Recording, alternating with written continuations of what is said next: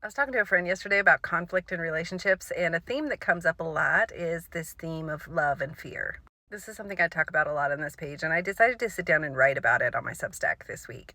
And while I'm working on that, I want to talk about it a little bit here. In everything we do, we're existing within a space of either love or fear. These two things are nemesis of each other, and in fact, I wrote a poem last year about it and just reposted it the other day. It's called Love is the Antidote, love being the antidote to fear.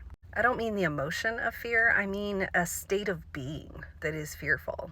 Almost every positive emotion has love underneath it, and almost every negative emotion has fear underneath it. It was Navy Guy last year who inspired this line of thinking for me, and it also ended up leading to me forgiving my ex-husband who was abusive.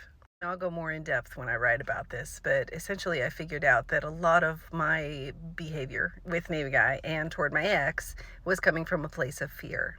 I couldn't forgive my ex, and I couldn't even entertain a conversation about what drove him to be the way he was.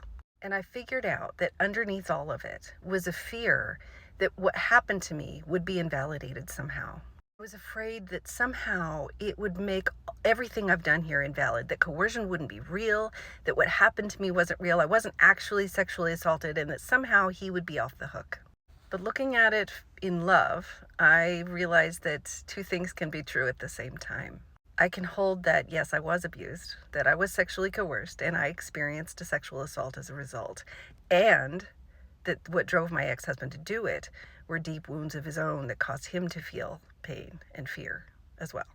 And in love, for myself first, I was able to hold space for my own pain and hurt and all the healing that I've done, and also, second to that, hold space for this other man and what he did. It still was abuse. It was still wrong. But at the same time, he's a human being and worthy of redemption. And you may have noticed that I've not had a lot of antagonistic relationships with trolls in my videos this year. This is because I have been approaching them with a little bit more love. When they call me a narcissist, instead of turning around and saying, well, you're the narcissist for calling me that, I say, is there another way we could look at this? What is it specifically that makes you think I'm a narcissist? What have I said? What have I done? They'll tell me it's because I'm advocating for withholding sex. And I'll say, but am I really? Is that really what's happening? What is withholding sex? It's just allowing your wife to have autonomy.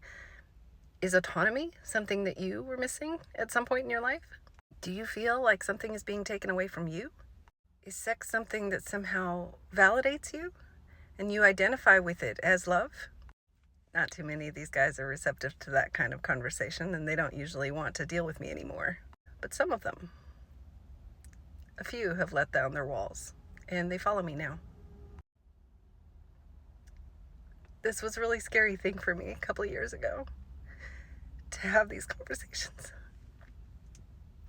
Fear kept me from love, but love obliterated fear and opened the door for me for a whole lot more.